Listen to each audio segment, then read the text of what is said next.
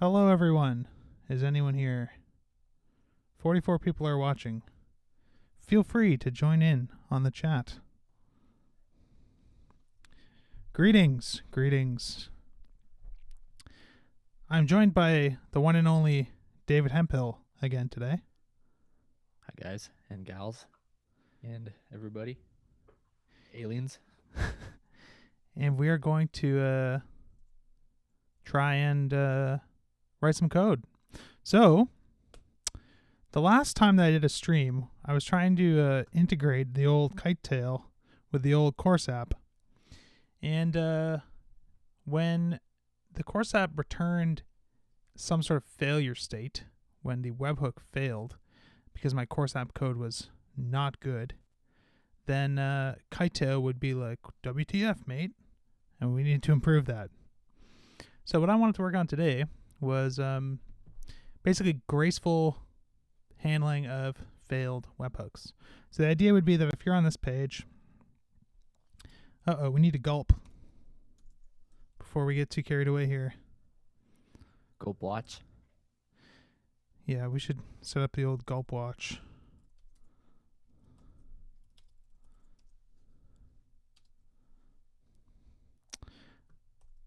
Okay, so what would happen is when someone typed in all this stuff and hit this button, if the webhook that this makes behind the scenes went all haywire, you'd get like a little red arrow instead of some sort of error message. And I don't think we even want an error message if the payment succeeds. Instead, we just want to show like a generic thank you page and then notify the person whose account runs this product to say, hey, by the way, bud, your webhook is no good. So let's think about how it works. Why don't we do that, David? Yeah. So here's our product checkouts controller for storing a new checkout for this product. So we have the product ID. We find a published product by that ID. We do a little bit of request validation here. Make sure that the email is there and that it's an email. Make sure that the payment token is a valid payment token. This is using like a homegrown version of some of the new validation features in Laravel 5.5. Like a value object kind of thing, or Yeah, it's kind of neat. the rule. If you look at that valid payment token, it takes a credit card gateway and its constructor, so we pass through the gateway that I get in the constructor of the controller. And it has a fails method that accepts the value from the request being validated, which just defers to passes because it's easier to write it as a positive thing. So what it does is we get the token from Stripe, so we actually get like an actual payment token object, which I think is this here. And then we just verify that the zip is valid and that the CVC code is valid. So the idea behind this is to prevent people from spoofing the form where they could like not submit a zip or CVC code. Because if you don't do that, Stripe doesn't care. It'll just say, oh, okay, you didn't pass us a zip or a CVC, so we won't bother to check them. Which means people can, more easily get away with fraud. So this allows me to basically verify that the token that they submitted had a zip attached to it and a CVC attached to it when they tried to make the payment, which means that they didn't tamper with it. So that's cool. If this fails to retrieve a token because they pass through some garbage value, this throws an exception. We just return false. And, oh, my dog is losing it. Anyways, that's basically how that works. We create a new customer, which is like a plain old PHP object that's not like a eloquent model or anything. And all it is an object containing an email and a payment token. And it used to have some more interesting behavior, like calculating tax rates and stuff. That's not actually being used right now, I don't think. Or if it is, I want to disable it. Then we create a new checkout, which is what the customer's trying to do, right? They're trying to purchase this thing. So we have an in-progress checkout happening. And a checkout is combined of the product the person's trying to buy and the customer who's trying to buy that product. And then we go ahead and try to complete that checkout giving it the payment gateway that it needs to use to go ahead and complete it. And then this checkout complete method returns a purchase, I believe. Checkout complete. Yeah, so we charge the customer, create a new purchase for the product, return that. So now we do have an eloquent model.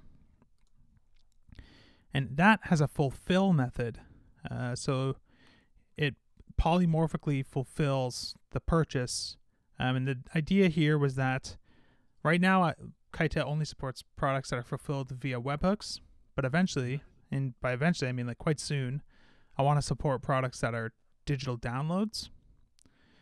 So by having the fulfill method on the purchase, that means I don't need a bunch of conditionals here. So right now this just returns like some JSON with a JSON representation of the confirmation. Eventually this might return something else when the download stuff exists. Sure. Checkout. New checkout. Yeah. Checkout complete. So you're relying on a little bit of polymorphism there, and Yeah. It's nice because it means a purchase can fulfill itself, which people get all angry when they think about that, but seems reasonable and object-oriented. I think it feels very object-oriented, personally. So anyways, this is kind of like where the magic is happening related to this webhook thing where this might fail. So we want to make sure that if that fails, we do something reasonable. Right. So here's what we do. We take the webhook dispatcher, which is either a real facade. Nope, it's a real-time facade. So that's a real-time version of this facade here, or this class here. Oh, wild. So this is generated on the fly. And, oh man, we lost the file. Purchase.php. Is this a joke? App purchase. Fulfill. Okay. We deliver a webhook. And this contains the URL we want to deliver the webhook to, which is saved in the old products table there. Let's go ahead and bust open the old SQL Pro. SQL for professionals. Yep. So we get the webhook URL, right? We pass through the payload, and then we pass through a secret to sign the payload with. So if you look at the old webhook dispatcher, this just, if a secret is passed in, then we want to generate a signature, and we pass it through as this like custom header. I couldn't find a good, any sort of like authoritative resource explaining the right way to do custom HTTP headers. A lot of places say don't use the X prefix, but then don't you have to worry about collisions? I don't know. Have you ever done a custom HTTP header for something? I haven't. I was working on the cron dog thing right now last night, and I was kind of running into the same thing, wondering if I should namespace it, but yeah. I don't really know anything about it. I did this because GitHub does it, and if GitHub does it, it seems fair game to me. Yeah, what is Stripe's webhooks? Because they have... Good question. They have a whole thing on using HMAC and their library, their signatures library, yeah. No, so they use a custom header with no X prefix. So the fact that they're using a header that's app signature, though, is consistent enough with what we have for me to feel like we did something fairly smart. I've seen other places use the authorization header for it. You know what I mean? Like, so they might have a header that looks like authorization, or sorry, if this was the whole header, it would be like authorization, signature, whatever. Whoa. iTunes, GTFO. Something like that. But I think this is going to work fine. So anyways, once we sign the old request there, we use ZTTP, which is the greatest secret HTTP library of all time, with these headers, and we post to that endpoint with that payload and get the JSON back. So the issue that we're going to face here is that we need to decide, first of all, what does ZTTP do when the request fails, which I'm not sure what it does yet. So this is ZTTP. It's one file containing 3 glorious classes with var instead of public, no visibility modifiers. It's just glorious in every way. So all it is like a static pass-through thing that creates a new ZTTP request, calls that method on it with those arguments. So in our case, when we're trying to do like ZTTP with headers post, it calls ZTTP request with headers, which taps itself and merges in some headers and returns it. And then we call post on there, which goes ahead and creates a new Guzzle client and posts with the headers and the body format and the payload, and returns a new ZTTP response. It's so perfect. Isn't it? It's so simple. I don't know. It's great. Then the response, we're calling this JSON method, which JSON decodes the body. But I feel like what would happen is if Guzzle fails here, you get the Guzzle exception happening, right? Isn't that correct? Is it throw an exception? I think if Guzzle doesn't get a 200 or 300, it goes and fails. So I think what we need to do is worry about catching a Guzzle exception here and all that stuff. But I think what we should do to start is write a test, but not for ZTTP and the dispatcher, but instead for the product checkout process, and just like make some decisions about assuming that the webhook dispatcher failed in some way that we could handle, what would we want to happen? Yeah? Yeah, I'm just not sure it throws an exception, but maybe I'm just not thinking Man, straight. Guzzle always... So there's 2 options with Guzzle. It either throws an exception by default, or you can configure it to not throw exceptions. But that's like opt-in behavior, which I always thought was weird, because to me, like a 400 or a 404 is not an exception. Valid. That's like a total valid HTTP response. Yeah, that's what my brain is thinking. Yeah, if you look at Guzzle docs, let me look for exceptions. In the event of a networking error, a Guzzle request exception is thrown. Connect exception, client exception is thrown for 400 level errors if the HTTP errors request option is set to true, which apparently it is by default. So it's opt-in. Oh, okay. No, it's not opt-in. It's default true. Okay. Yeah, weird. And then server exception for 500. So there's all these Guzzle exceptions, which hopefully ZTTP will wrap up in some nice way for us. But I'm not yet sure what should happen. Like, should this throw an exception? Probably. It'll be like a ZTTP exception. I love ZTTP, man. What a great name for a library. Nothing better. So anyways, let's look at our feature purchasing products test. So this is the case that we're going to worry about, because I'm going to disable sales tax for anything anyways. So let's just run this test first and see what happens. So this is succeeding. Purchasing a product with no sales tax. It's quite complicated, because this is like one of the most important tests in the app. So it just kind of,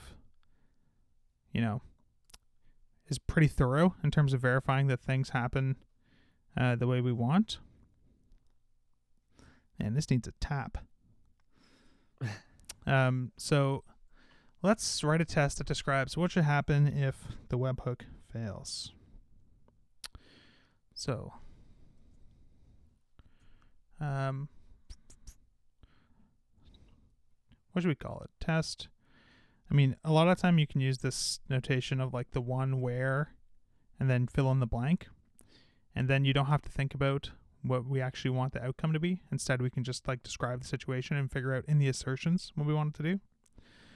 So we can do something like the one where the webhook request fails, or the webhook fails. because I don't know what I want it to do yet. Yeah. Okay, so we are replacing the webhook dispatcher with a fake. And here's the fake. It basically accepts everything that gets delivered and lets us make assertions about them, you know? Mm-hmm. So down here you can see I use the webhook dispatcher to say assert delivered count 1, so make sure 1 webhook was delivered, make sure that webhook was delivered to this endpoint, and that the payload was a subset of this data. Or that this data is a subset of the payload. Michael Durinda at example.com, because I needed an example from outside of Canada where there would be no tax. Don't you love throwing people you know in your code? Yeah, Their it's tests fun. and stuff?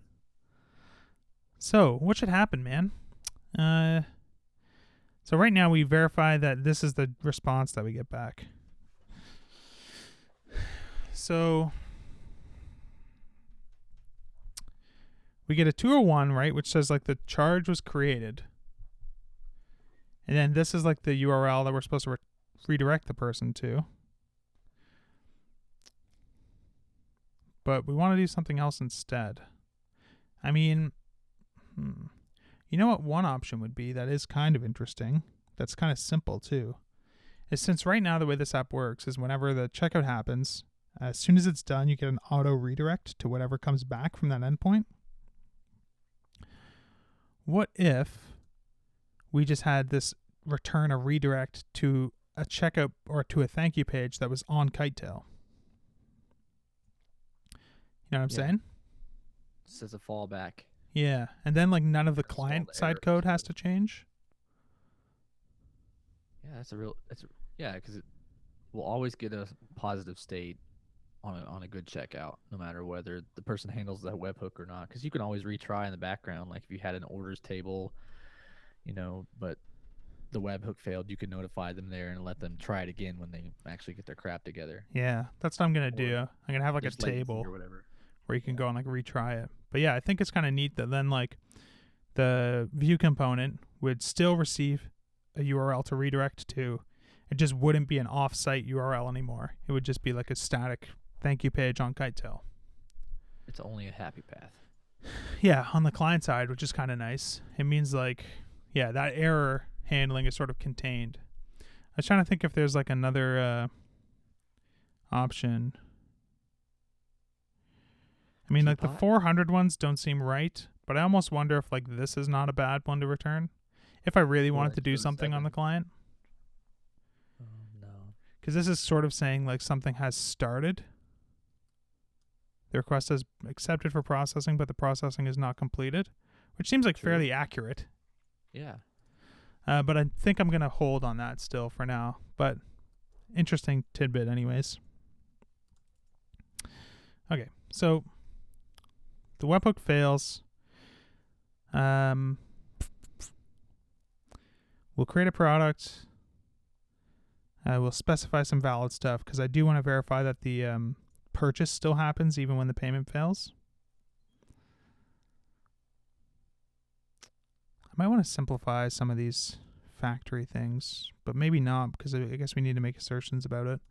Okay, so the most important thing is that we're going to get a redirect back to something else.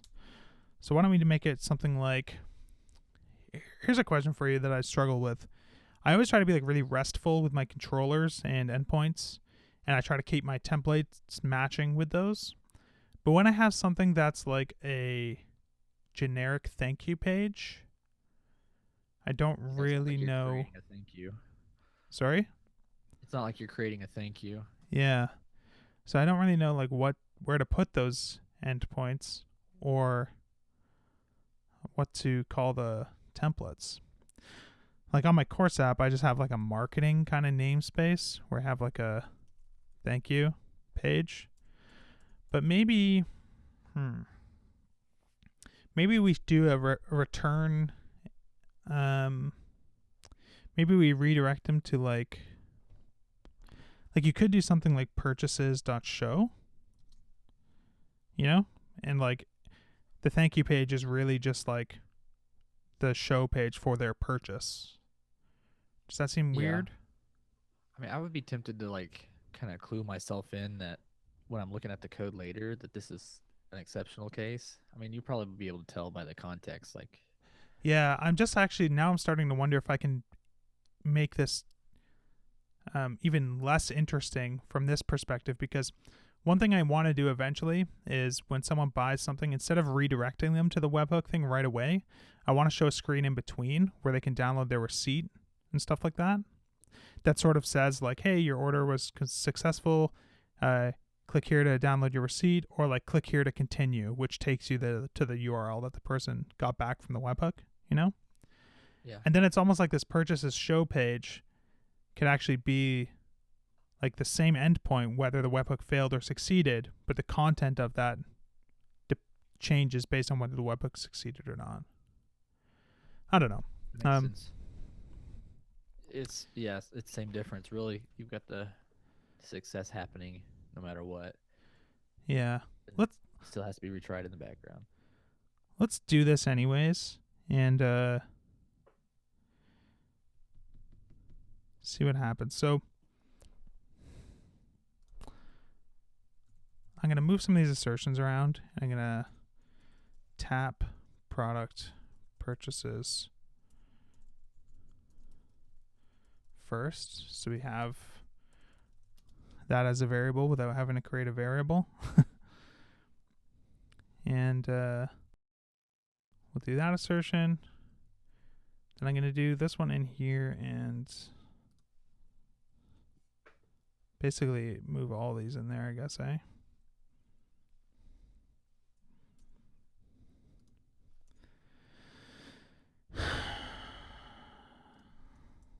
Except we got to do a bunch of use statements now, which is sort of grim. All right, never mind. We won't do the tap. We need lambdas. I know. Man, okay, whatever. I'll still move this down here, though, so we can keep the response assertions together, stuff like that. So I only wanted to do that because I want to be able to pass this damn purchase argument here. So we'll get redirected to the purchases show page, which for now is you're only ever going to see if the webhook fails. And it's just going to be like a shitty little thank you page or whatever. We still want to verify that the purchase was created, that the charge happened. The webhook, though, is going to be different. So I think what we need to do is we need to configure the fake to do the failure thing. So right now, this is a bunch of stubs. And when you deliver, you take the endpoint and the payload, you store that in this delivered thing so we can inspect it later. Then we try to get the endpoint and return that payload, or default to just an empty payload. So I think what we want to do is somehow configure the fake webhook dispatcher to do whatever it's supposed to do when it would fail, right? Which I think is like probably just throw an exception and catch that in the controller. What do you think? Yeah, this seems okay. I've done fakes where they just fail before. Fakes that are just built to fail. Yeah. That I are mean, kind of like subclasses or something. I can't decide if I even want to use the fake for this or if I should just use mockery. Because we just wanted to throw an exception. So, Yeah. is there a Mock shortcut? dispatcher and You know how you can say mockery like should receive, blah, and throw? is there just a should throw? Yeah, like I'm trying to think, can I do that when you create it? So there's expectation declarations, right, which is like should receive, but there's like a shortcut for them.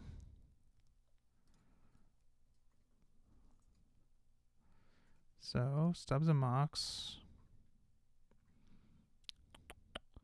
Like you can pass an array as the second argument, and that'll become the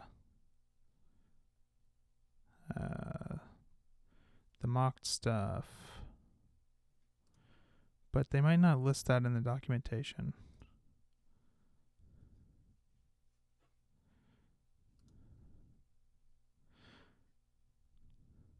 Yeah.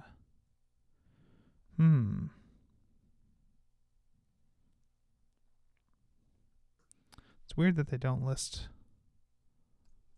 Like, this is the pattern that I should find on the page if they had an example of it. Mm-hmm. Okay. We'll just do it the boring way then. So we can say webhook, dispatcher, I guess we'll do it this way, replace it with a mock. Okay, so we'll say like dispatcher,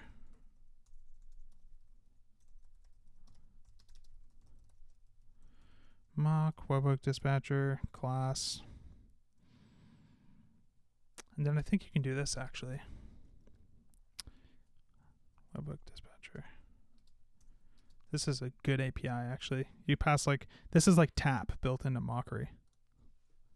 So I can like tap it here and set expectations here, but still get it back.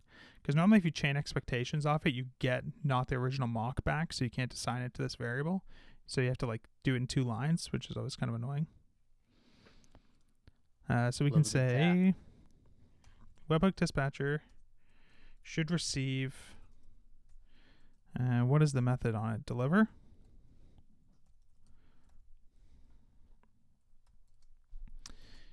And throw. And let's see how and throw actually works.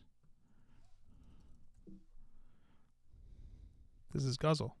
That won't give us a lot of information.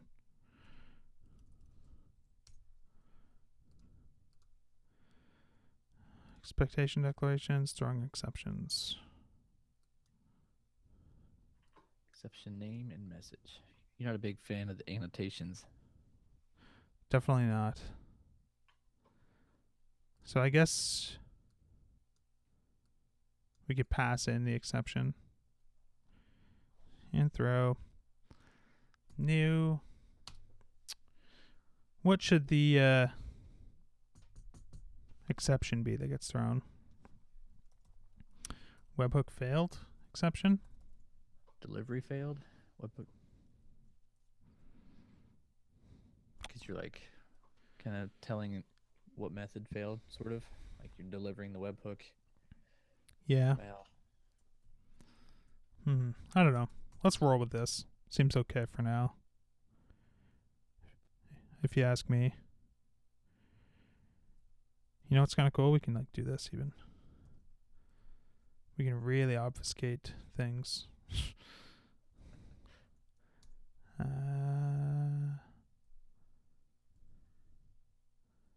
Yeah, man. There we go. Nice and ugly. Whatever. That'll work for me. Yeah, that'll take your brain like 2 seconds to figure out. Yep, exactly what I want. And then we can get rid of this stuff because we don't even need to worry about making those assertions because like we intentionally made the webhook thing fail. Mm-hmm. All right, let's just see what happens. Mockery not found. Likely story. Doesn't import.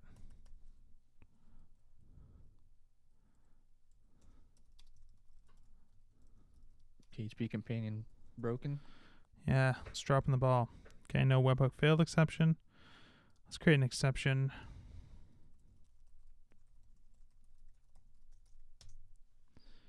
And it's going to look... an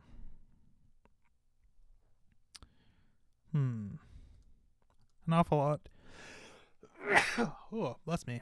An awful lot like this one, which is just nothingness. Are you usually specific about what exceptions you extend? No, I was noticing that you got the runtime exception. Yeah, I'm not really that picky about it, but I wonder what other people do. I just sort of default to, if it can be just a plain exception, I do that. But if it needs to be more intelligible, just name it and extend basic exception. Yeah. I just figure it can only happen at runtime, so that must be a runtime extension, right? I don't know. That seems like they apply to all of them, though. That's true. Like, when else can an exception happen? Let's see what they say about that in the docs. Compile time exception.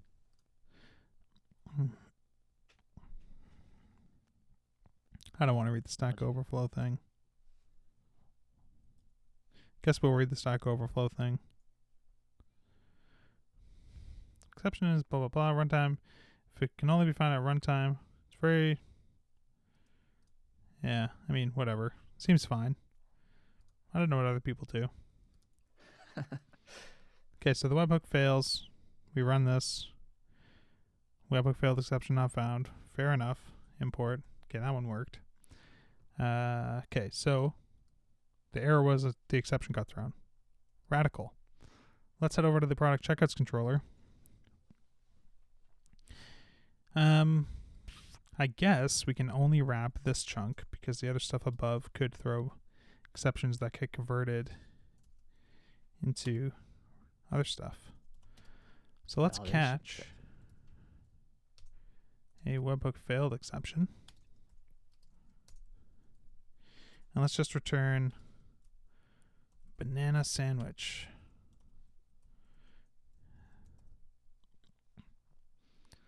And import that exception. Namespace imports are like the spookiest bugs sometimes. Okay, so we expected a 201 but received a 200, so that means that this is kind of working at least. Yeah, I've been getting the weird this class does not exist when I do a syntax error. That's been happening a lot here lately, and that's been freaking me out. Interesting. Like it just says the class doesn't exist if I like forget a semicolon. Like when you do this. So it's just like a completely useless, not helping you error in any way. Right. So let's understand his confirmation class. So this is just...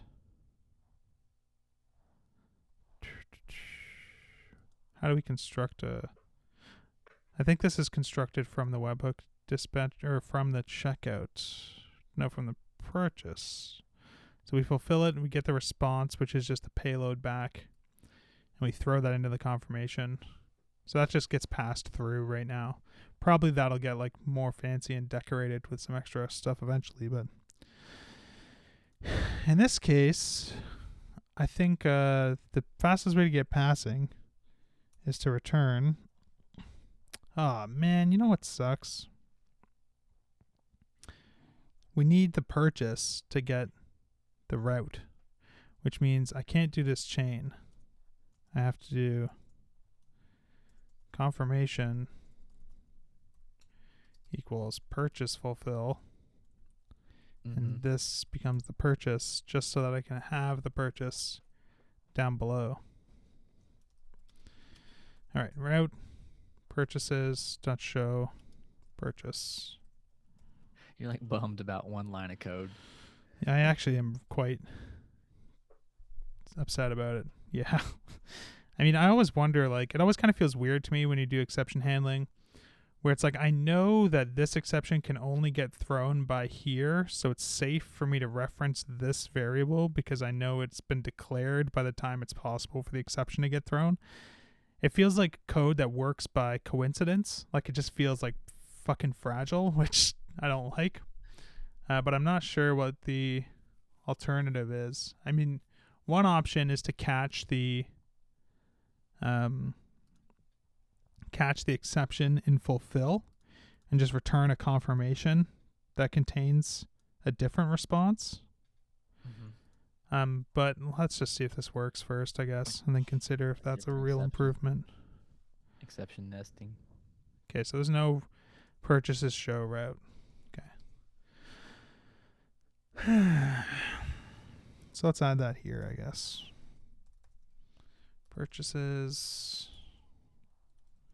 ID. Now, how did that auto spelling? We've talked about this before. That? Yeah. So I did purchases. So see how it's highlighting that purchases below? I guess I don't notice this, but I just hit enter and fix it. And I've never noticed before that I do that. So that must be a muscle memory thing. And by the time the frame rate catches up, I've never seen the drop down. Oh, really? So it just looks like a phantom. It's like my Mac is trying to fix my spelling. It happens on Laracast too. Oh, yeah. Interesting. So this will be the purchases controller, which doesn't exist at the show method, and it'll be named purchases. There it is There again. it is again. Never saw the drop down. I wonder if do you see the drop down if I wait, or does it never Yeah. show up? Like, do you see that drop down? Yeah. Okay, because sometimes Screen Hero or whatever just doesn't even notice certain UI elements, like it doesn't get picked up. I've had that happen before. Like context menus and stuff. Yeah, so there we go. So that's green, but of course, this doesn't even do anything. So that's sort of grim, because like this controller doesn't even exist. So let's just create that controller quickly. Actually, let's be responsible humans and make a commit. KiteTail. Okay, so redirect customer to purchases.show if a webhook fails. How's the rest of the test suite looking? Good. Radical. Okay. So let's go and man, I hate this menu bar. Like when you try to get up to a tab, it's real easy to accidentally trigger that. So there's two things that we could do next. You tell me which one is more interesting to you.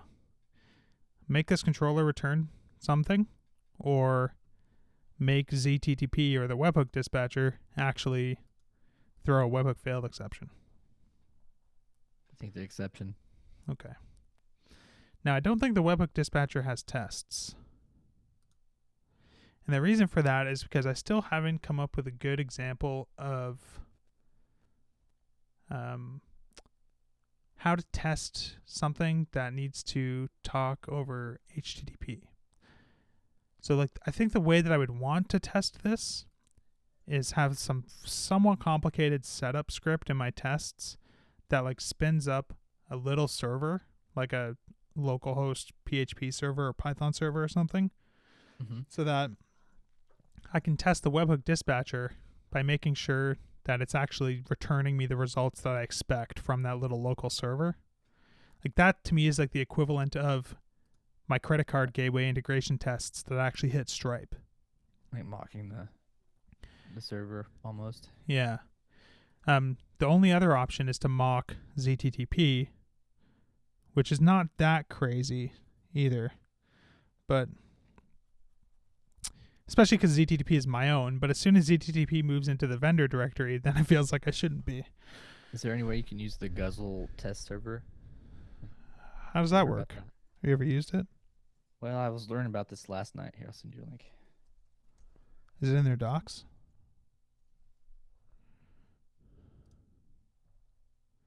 Test web server. That's what I'm talking about.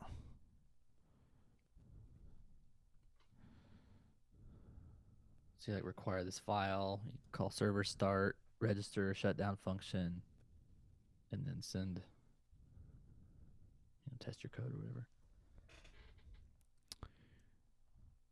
Interesting. So this will start like a server in another thread or something somehow, basically. It's a node server. So I don't think I want to go down that rabbit hole on a stream because it might be boring for people if we flounder around too hard. Yeah. But I do want to figure that out because it's nice that that's baked in. So maybe what we do though is test it manually for now.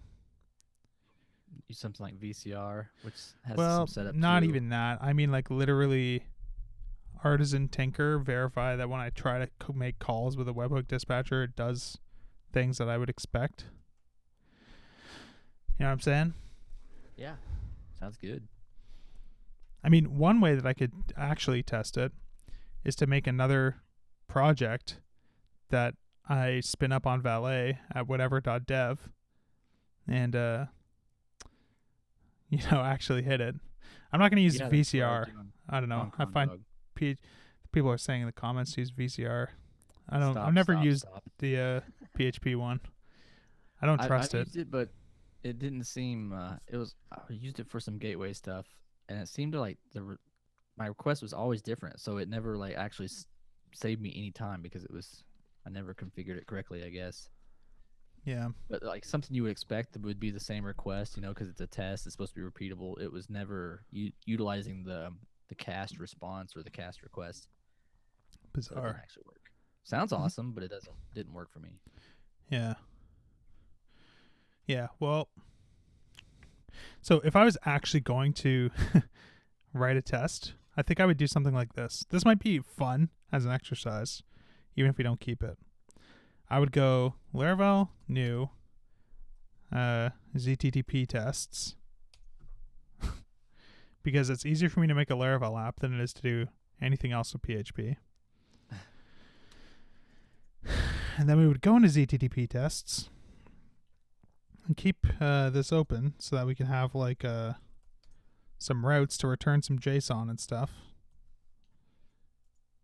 And then from there, test like, I guess this would be a direct test for ZTTP, not the webhook dispatcher. So here's what we do. Let's rename it to, what would be freaking kind of funky, but I don't know how I feel about it. Initializing a new Laravel app inside my tests folder as like a support, like basically a fixture for the HTTP tests. Sounds kind of scary. Really wild. What was that thing that stands up a whole Laravel app for your tests? Test bench. Test Orchestra bench. test bench. I think that's a little different because like I need to actually make a real HTTP request that actually has to hit a real HTTP server for me to like fully have confidence that it's working.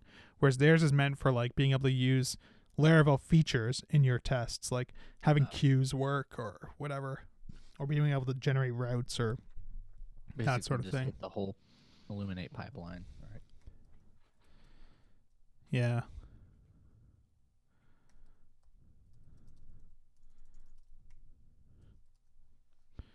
Let's rename ZTTP tests to KiteHook or KiteTail Webhook Dispatcher Test. Needs an S at the end. Long name. And I'm going to hard code it in. Okay, so if we close this whole thing.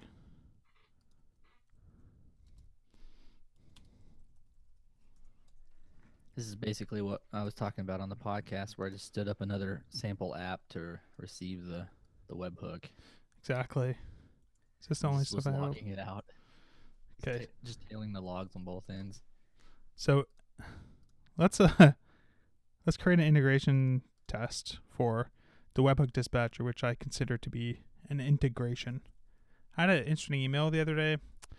Someone asked me, I can't remember what they asked me. It was something about integration tests, and like why I have feature tests that are integration tests and stuff. And something that I need to articulate somewhere that I think is an interesting idea is that when I have tests in my integration folder, I'm not thinking of them as integration tests like people typically are, which means like a test that integrates with the database or that involves multiple classes or whatever. I think about it as literally like tests for my integrations. So like my credit card gateway is my integration with Stripe. So this is an integration test because it's testing an integration. My webhook dispatcher is my integration with the rest of the fucking internet. So it's, writing a test for it is writing a test for that integration. You're not bogged down by like years of terminology, like jargon. Yeah. So I could probably get this URL, this base URL from like an environment, but whatever. Okay, let's delete all my Stripe tests. Someone was saying, what about test routes? I guess that would be like basically routes that would automatically fail with the right response. Maybe. Yeah, that's true. To your own local app. That's interesting, actually. So you could do something like if app environment testing, register some extra routes, and then just hit my local environment. Like the different exceptions your routes could, or responses your routes could take. Yeah. Webhook. You know what's actually even more interesting is how does the route service provider work? Because I could simulate what the route service provider does.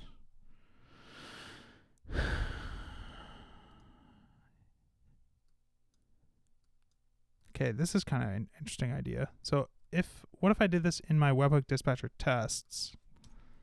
Set a testing header. Well, what I was going to say is I With could the have a middleware. setup function, right?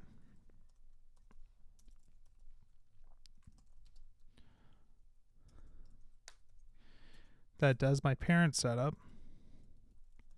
And then like actually register routes here in the constructor thing and the setup function. So I could do like route get tests / get or whatever. You know, and this can like return response JSON 200 hello world foo bar. You know what I mean? Yep. This who knows what's going to happen here. But I find this interesting. And so the Webhook dispatcher returns just the JSON. Okay. So let's just I don't know. This is breaking new ground, my friend. Something weird is about to happen. I don't know what I'm testing. I literally just want to instantiate a webhook dispatcher and try to do things with it. You know what I mean? Yeah. And just see what happens. These are exploratory tests. Yeah, Really. we're going to explore. So say the response is going to be dispatcher deliver. And then we're going to say URL. So this will actually work because it's going to use my app URL for my local environment, right? I think. Right. Yep. That's specifically for testing. Let's Actually. DD URL. Let's just see what happens here. Is this going to return like, give me a break? Yeah. Dude, this is some interdimensional next level shit. Florian, thanks for the idea on the test routes. Yeah, I'm excited actually. This is going to be cool. That didn't copy the right stuff. Let's dump that response and see what happens.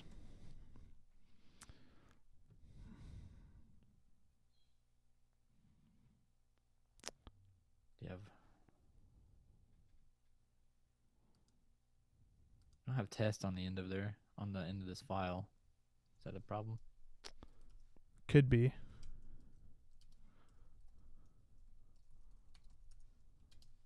Always good to just dump just in case. Love a good dump. Okay.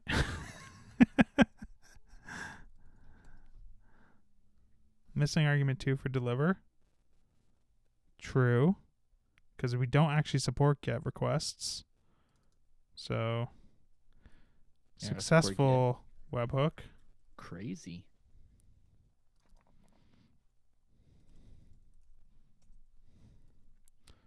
Man, this is going to be cool, I think. Missing... Oh, fuck. I forgot again. Tests should not register routes. Adam. Did anyone say that? I'd ban them from the chat if they said that. No, it's just the people. The powers This that is be. like being practical driven development. Okay, so that's because this needs to be a post. I was worried that we had just hit an obstacle. Yep, now we have hit an obstacle. So those need to be registered earlier, probably, before your setup? No, I mean, Because the app isn't even available until then. Shouldn't you be able to do like this app router and then post? and then that would register with the app, the route. I'm worried that they get like there's like a step where they all get processed, and then adding them after has no meaningful value. Just for testing purposes, if we were to just stick that in here, does it pass or does it work? Internal server error. So that's a different. Usually you can.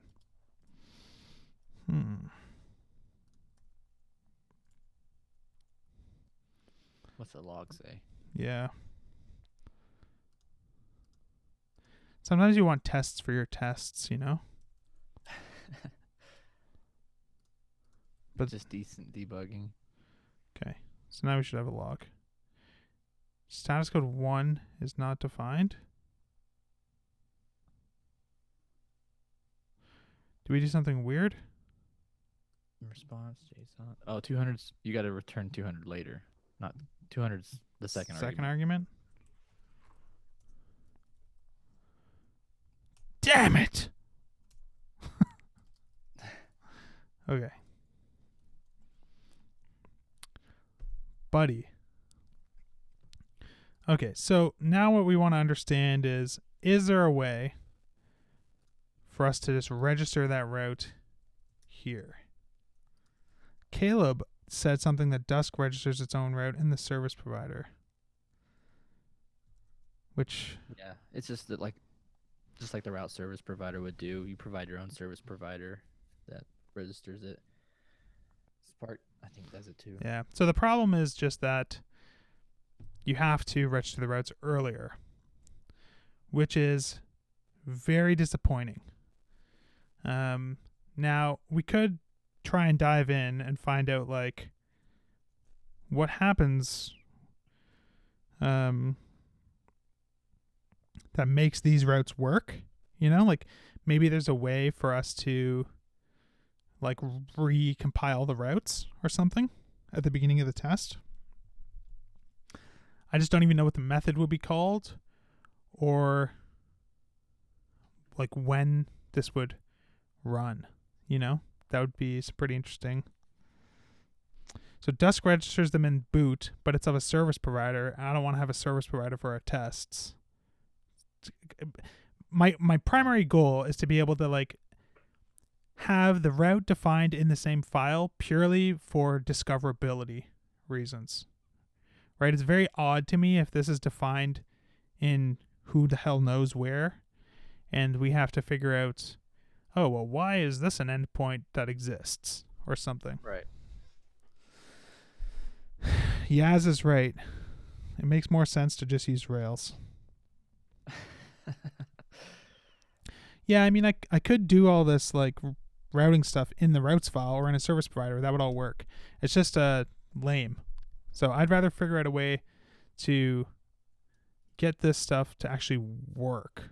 So normally I would just message Taylor, but let's see. Let's look at the router. Illuminate route registrar. Let's see what methods it has. Compile the action. Register a new route. Okay, let's look at the route facade, because sometimes the facades actually have extra methods on them. Nope. Okay, so this gets router. So let's look at the Laravel docs and look at the facade reference and find out what router actually points to. So it's illuminate routing router. Fair enough. Illuminate routing router. Okay, so we got the router. What does load routes do? Load the provided routes.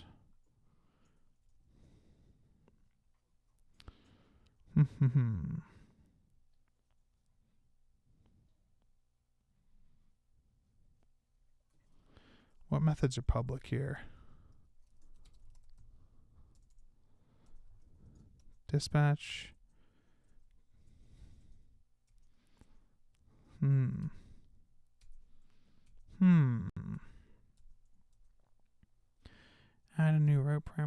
wonder. So if I look at the post here, add route, this route's add.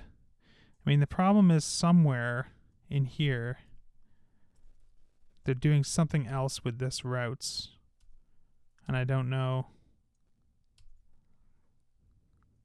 You know what it might be? This has... Oh, no, this doesn't have traits. I can't even think how you'd look this up. Do you know how you would do that? Like, I don't want to go, like, right to the root of it all and start at, like, index.php and think, like, okay, well, response and, make the kernel. This is probably part of doing everything. It's just, like, so... It's real deep. Yeah, we'd have to go real deep.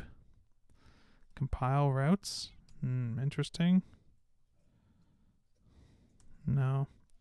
Let's look at this in the sidebar. Are there any other interesting Laravel route files? So there's a route compiler, but I don't think that's right again. Let's find where register route gets called.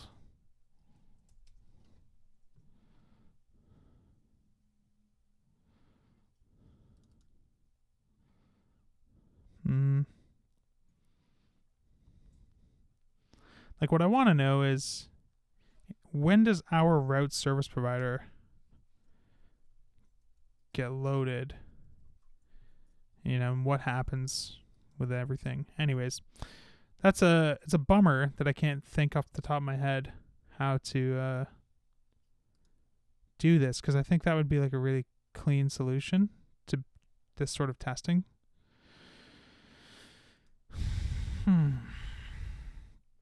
So for now, let's just go to our route web. We'll add a condition here. If app environments testing, then we'll register like this and stupid lame endpoint. Let's see if this works. Seriously?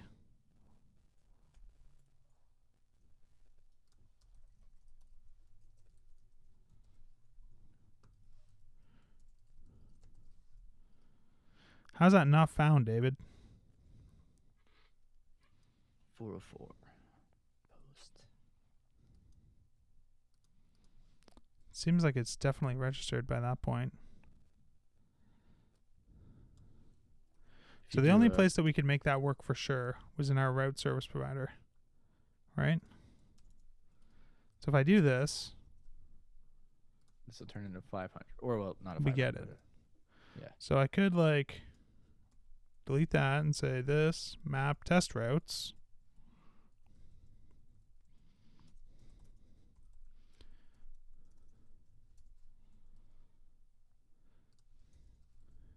And then should still work. Now, if not app environment testing, return, should still work. Doesn't. 404.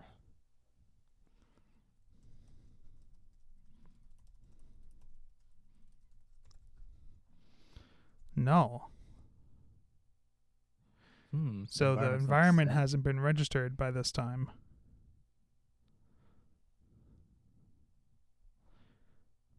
Could you? Yeah, you would want to check the environment. Oh, this after application created. Did you hear that? See that in the chat? It sounds promising, if you ask me. I'll be very happy if this works.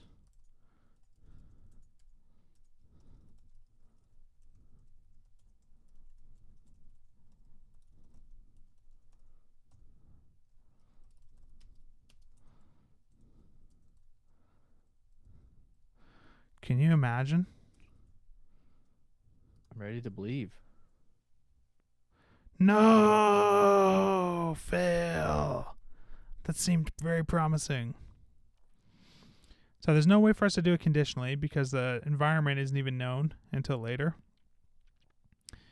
So our best option right now is to make it always available to everyone.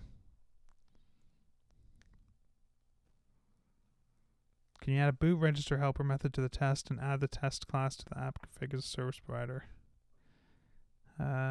Maybe. You can't do route get in a test. Taylor's wrong. Yes, tell Taylor that he's incorrect. He doesn't know what he's talking about. You'd think for a guy that made the framework, he'd even have the first clue about how it works. Yeah, he should know every line of code. He should know Time at to least reread one it. line. Like if I put it right there, it's 404. Fail. Yeah. Anyways. Florian, who came up with this awesome idea to begin with, asked about a conditional in a middleware.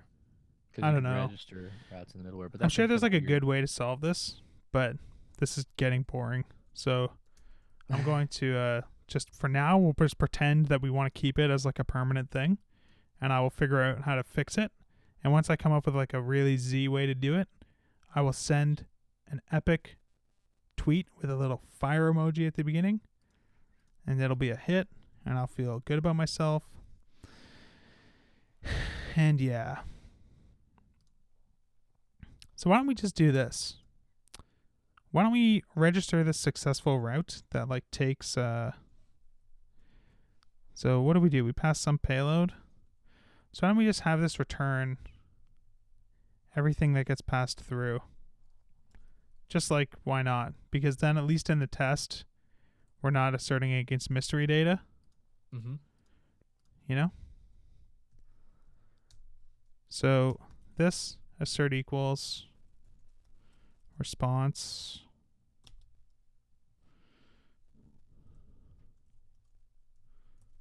some payload. The annoying thing is like this isn't even the interesting thing. We're trying to test the failure case. Now the integration folder, it's not in php.xml, but it's actually intentional. So it does run the setup because we were DDing stuff in the setup. It's just a matter of we need to register the route in just the right spot for Laravel to not be upset with us. Okay, test the webhook is dispatched successfully.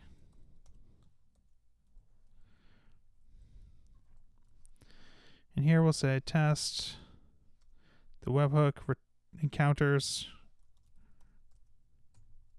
a 400 level response.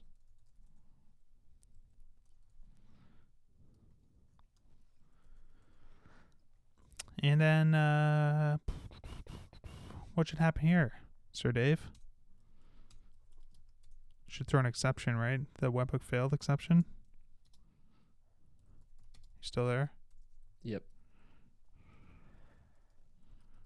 Webhook failed exception. Yeah, I think that's right. You can insert against the exception stuff. Yeah, I just do this, and then I do like this fail at the end. A webhook failed exception was expected but not thrown. Something like that.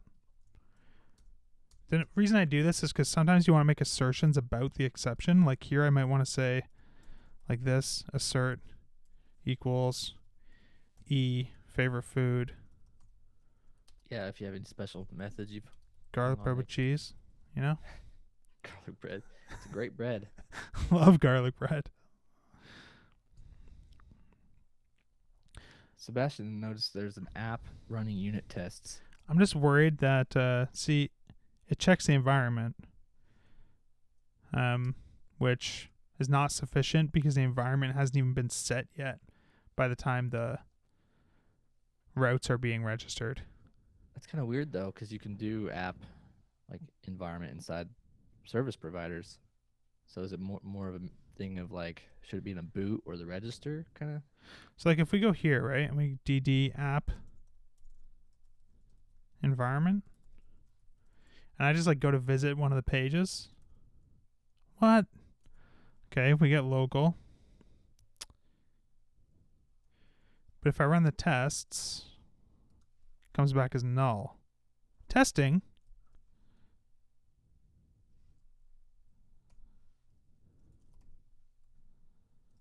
this should come back as true. Man, we must have been doing something weird before. Okay, well, at least we think then that we can do if app, if not app environment testing return. Look, now it's not found again. How's that even possible? What if you bring that conditional up to the map?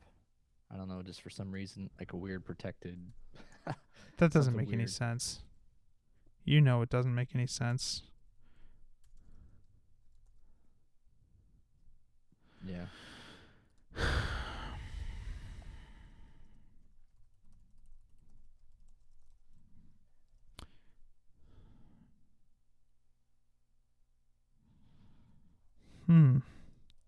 Like, it seems pretty clear that this is true.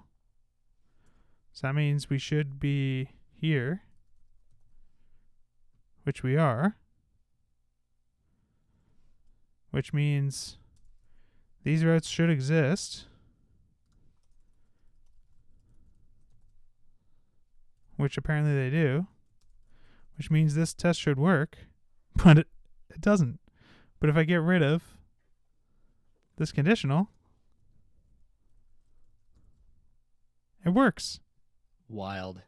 Yeah, I ran into something like this when I was trying to do some binding, like inside my tests, and like the version of the app that I was trying to bind to wasn't the version that the test was running against.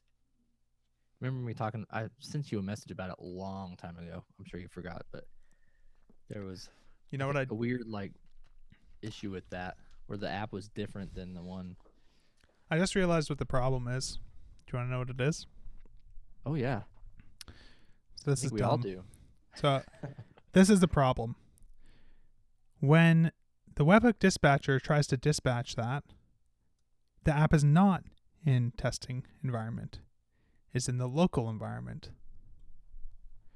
Because it goes outside of the current process and goes to the actual app. Goes to the actual valet served app. Duh. Can you pass an array to app environment?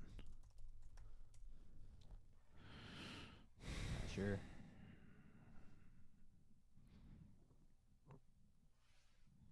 Apparently. Sure can. Yeah. I mean, really, this testing thing is like never going to be whatever. So that explains why that doesn't work, obviously. Why we can't put it in the test, because the test isn't running in the other environment where the thing is being hit. So that is still depressing, admittedly. However, you could do something kind of wild. So now my brain is like working, trying to think like, what are ways that I could like persist state between two different versions of the applications? The first one that comes to mind is like putting a routes file, generating a routes file in my setup. And including it. And including, or not even including it, but putting it in a folder and then having a service provider check if that file exists and loading it. And then deleting that file at the end. Oh. You know what I'm saying? That's some real black magic there. Yeah, but it's not really that great. So I think it's better to do this. And I think I would rather have this conditional inside that method. Yeah. Man, that was kind of a tricky one. So Taylor was right. I'm sorry I badmouthed Taylor. My apologies. This works now. This is whatever. Like this is 400. Okay, so let's do tests 400 webhook. And we won't even return JSON. We'll just return like meaningless crap. Because we want it to be like as aggro as possible. You know what I mean? Like unpredictable. My site is broke. LOL. And we'll do like a What's the I'm a teapot one? 418? We'll return to 418.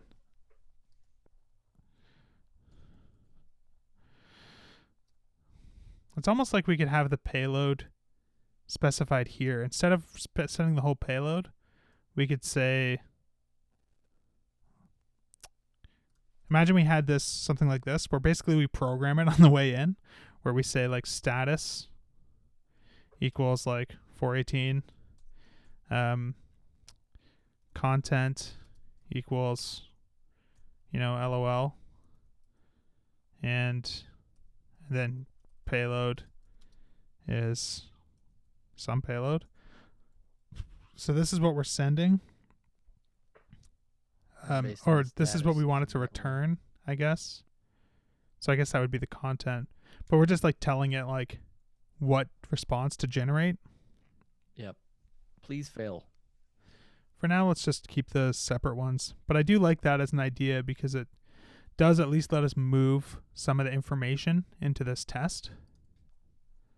Even though like we can try and be descriptive with like these routes or whatever.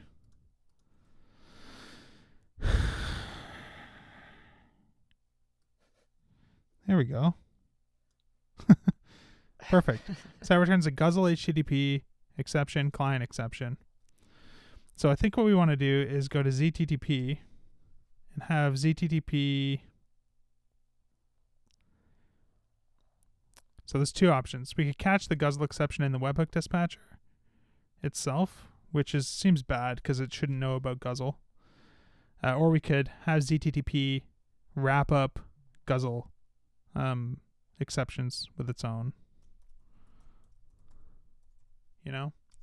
Yeah, that'd probably be what I would do. Even if they were the same, just kind of the name spaced out so you can see which level it's at. Yeah. So which ones do we get here? Oh, bad response. That's actually good. Because client exception extends bad response. So bad response is actually the one that we're most interested in. I wonder if ZTTP should throw exceptions for those. I can't decide if I like that behavior in guzzle. I don't. But you're checking in like 200 level or 400 level responses. That's what I do in cron dog. I check to see if like do a starts with 2 kind of code, and then I alert the team. Yeah. I guess it's just like if a 400 is like actually super valid, then I wouldn't want to catch it with an exception. But like you can tell here, like my usage is pretty like trusting. You know what I mean? Like I'm not inspecting the response here. So in this case, I actually like would want this to be a an exception. I think that I could catch. I don't know. Whatever. Let's The one thing that sucks about the way I wrote this code is I get and post both just have they duplicate like the whole thing. I would almost rather use like guzzles like create request with the type and send the request so that I can have the exception handling all in one local area. Mm-hmm. Let's just do this. Catch bad response exception. FQCN.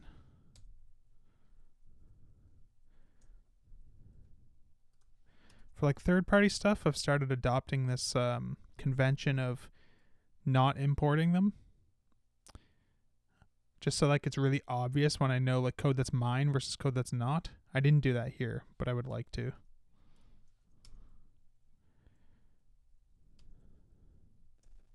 I think it's a good convention, especially since there's so many things that have like similar exception names. Yeah.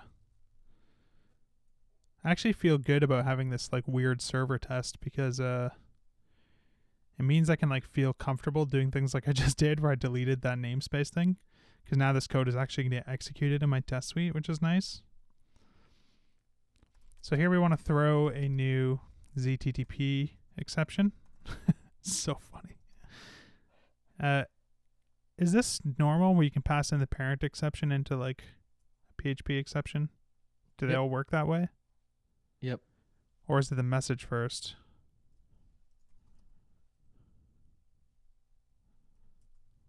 Let's see. PHP runtime exception. Like if they could just decorate each other. Oh, previous is the third Oh, one. you have to extend it. Yeah, they Yeah, all that's extend it, but it means I have to do like I don't know. It means I have to pass all 3 constructor arguments, which is annoying. So I have to do this. You know? Yep. Which is sucky, but I'll do that for now. This is still going to fail, right? ZTTP exception not found. You know where that's going, don't you? Same file.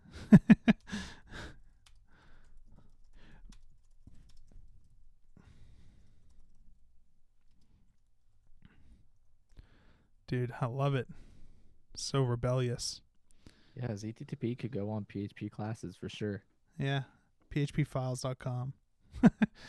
Okay, so we got a guzzle exception, which turned into a ZTTP exception, which means the webhook dispatcher, we can now catch that. Here's another question I have. A lot of people do like the try catch around just the part that could cause it. You know, like this. Yeah. And then they'd have like ZTTP exception, Z. That gives me too much satisfaction. Daniel Jones says there feels like they should be in TTP exceptions because exceptions are Nanda. Oh yeah, that's not a bad idea. That's not a bad idea. Dude, I love catching ZTTP exception Z. I love how like everything is a big joke. Yeah. So yeah, some people do this. I tend to do this because I like kind of looking at like, okay, this is like the expected code. Like if there was nothing to worry about, this would be the whole function. Mm-hmm. I don't know. What do you think? What do you normally do?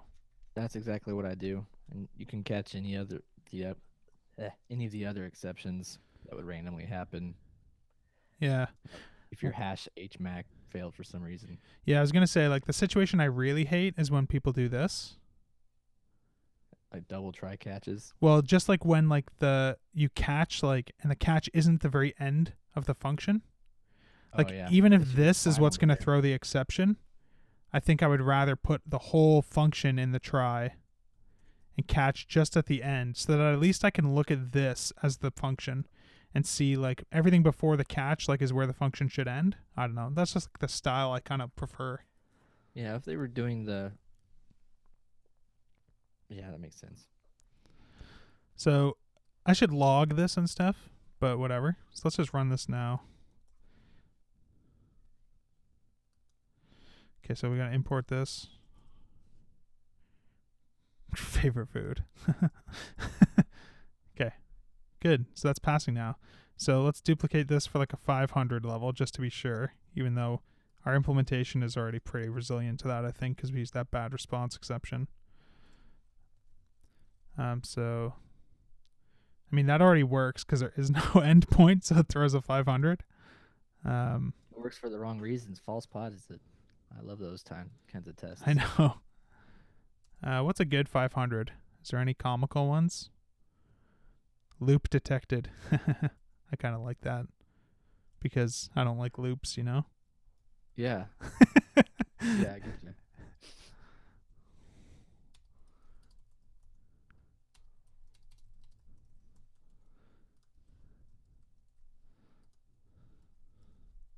Sad. Yeah, so this works. How are you going to test timeouts? Yeah, I don't know. One thing that you could do is...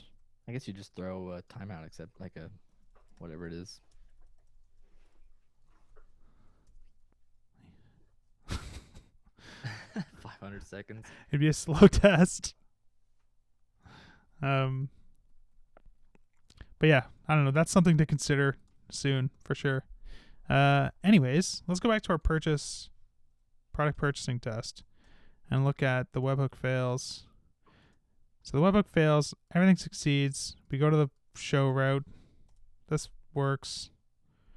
You know, whole thing seems to work. The sweet webhook dispatcher tests work. This is I'm excited about this. This was something I kind of wanted to crack for a while. I like that we can do it in the same app. Yeah. This is kind of grim, to be honest. Like that these are moved out here. But I think we can get around that with that pattern of passing like the response configuration in the request. I think it's okay. You could do like a test routes file, you know, like api.php, web.php, and test.php. Yeah. Just include it. It's true. Additionally, based on the environment. It's true. I dig it. It's like the exception handling. I always hate like testing whether it's production or not and enabling like Sentry or whatever. Yeah. Man, that's pretty cool. So let's commit that.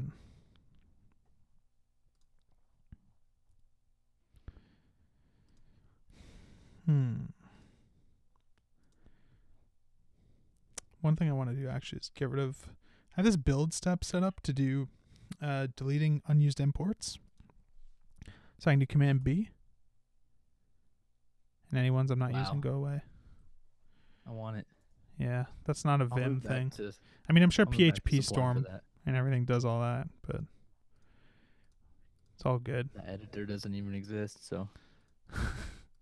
Okay, so let's say we changed the webhook dispatcher too, right? So we can say throw a webhook failed exception when webhooks fail.